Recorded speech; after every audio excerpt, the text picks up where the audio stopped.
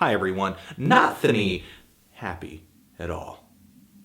Kill me. Here, the internet's busiest music nerd, and it's time for a review of the new Dance Gavin Dance album, Instant Gratification. Sacramento rock band, they've been at it for years, and over the course of that time, they have undergone numerous lineup changes. But despite the revolving door of members, the band has stuck pretty passionately to the post-hardcore style. Bands that were essentially taking ideas and inspiration from the ferocity of hardcore punk music and fusing it with, sort of current competing genres of music, whether that be funk music, dub music, maybe some jazz, alternative rock. And some bands took things in a really emotional, depressing direction, setting the stage for emo, like Rites of Spring. But a lot has happened to post-hardcore music since the 80s and the 90s and the heydays of bands like Husker Du, as well as Shellac, or maybe some Minutemen, Fugazi, and Drive Like Jehu. And the genre continued to expand in the late 90s and the 2000s, where we saw the game-changing Refused album, The Shape of Punk to Come. It really was. An album that featured very tight, awesome grooves, throat-shredding screams, incredibly heavy and visceral guitar riffs. Some groups took notice of this and pushed things into even more fast, extreme, complex territory. Bands like Blood Brothers, who were incredibly experimental for their time, or even Fall of Troy. Some bands went kind of progressive rock with the whole post-hardcore thing, like At the Drive-In and later the Mars Volta.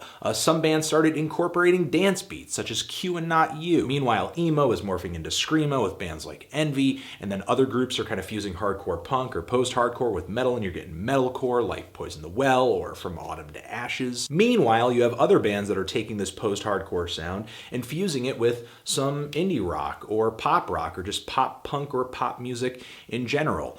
Some bands whose approach I enjoy going in this direction are like Brand New, but other groups, in my opinion, were just maybe a little too sweet, sugary. The wimpy vocals and the pop melodies didn't really do too much for me. Bands such as Thursday or Circa Survive, and Dance Gavin Dance is kind of one of those bands too. There have always been other bands in similar veins that I just thought were more interesting, so I just never really gravitated toward them. And the reason I enjoy other groups in this same style of music continue to be shown on this new album from Dance Gavin Dance. For one, there are plenty of screamed vocals on this record, which inherently is not a bad thing, but I've always found Dance Gavin Dance's approach to delivering screamed vocals to just kind of sound more trendy than it is, stand out or unique. It just kind of sounds like this relic from the 2000s that, should have been given up by now. And then there's the clean vocals that show up on this record because, you're sort of getting these harsh vocals, you're getting these harsh throat-shredding screams, and then they're kind of matching these up with some cleaner melodic moments with cleanly sung vocals. And these cleanly sung vocals are so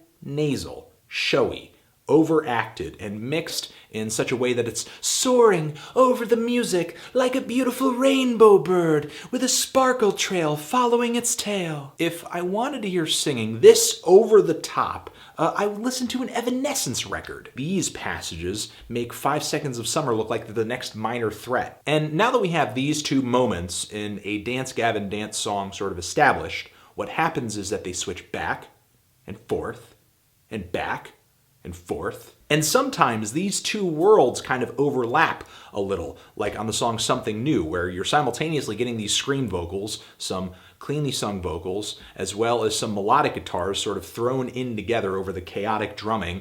And it's pretty And the lyrics on this LP are not winning me over either, and often the most readable lyrics on this album end up coming through during the cleanly sung parts. Like on the song Death of a Strawberry, hilarious title, and in the midst of the song we're getting this, "I'll be your sugar daddy." Or on the opening track here, "Let your hair down, have one more round, drink till you believe it, sloppy kisses and dirty wishes, baby this is living." And the vocal melodies on this album that are coming through on these clean vocals, I cannot stand them. Some of them, like on the song "The Cuddler," I can imagine kind of working well in a Katy Perry song, and maybe they wouldn't sound too bad there. But sort of contrasted with these really dated, homely, post-hardcore freakouts, there's absolutely nothing interesting about them.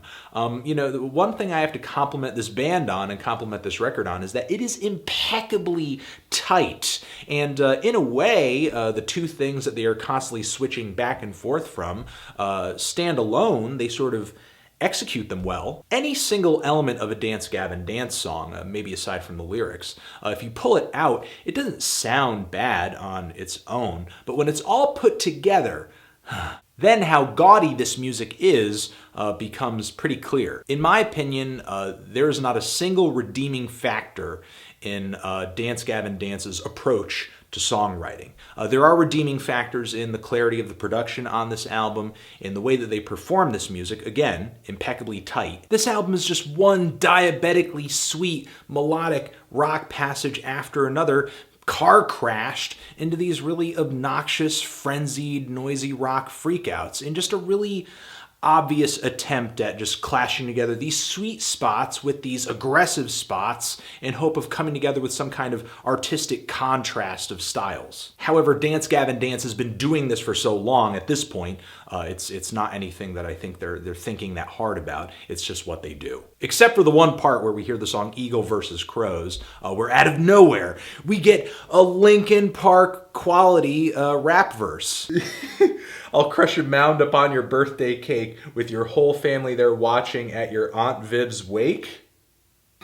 I like the self-destructive girls where the fucks be all missing. I find it interesting that they kind of characterize the women that they're into as self-destructive, potentially the fans of this band, because I find the listening experience of this record to be kind of masochistic. I mean, when I'm listening through this thing, I really feel like I'm inflicting pain upon myself. There's some albums, there's some sounds, there's some styles of music that when I listen to them, I can kind of appreciate the artistry, I appreciate the effort or the technical ability that goes into it, but it's not really for me. I think a lot of this sort of very ultra clean, very perfectly produced prog metal out there is like that for me. Even Dance Gavin Dance over here, hearing a song or two from a lot of their previous records over the years. And I went into this LP just kind of curious, just wanting to try it, didn't have any big plans for a review or anything like that, but I just kind of, sat through it and sat through it and sat through it. I continued listening even though I didn't really care for what I was hearing,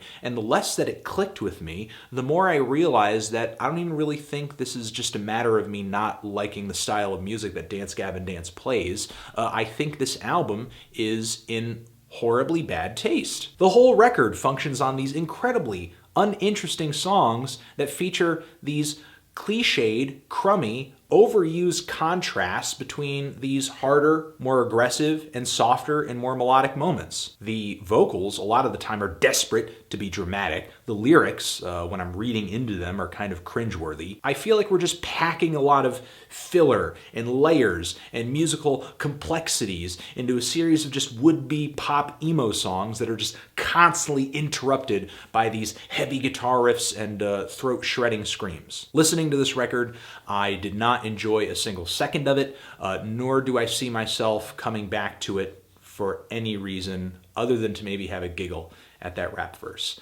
I'm feeling a strong 1 to a light 2 on this thing.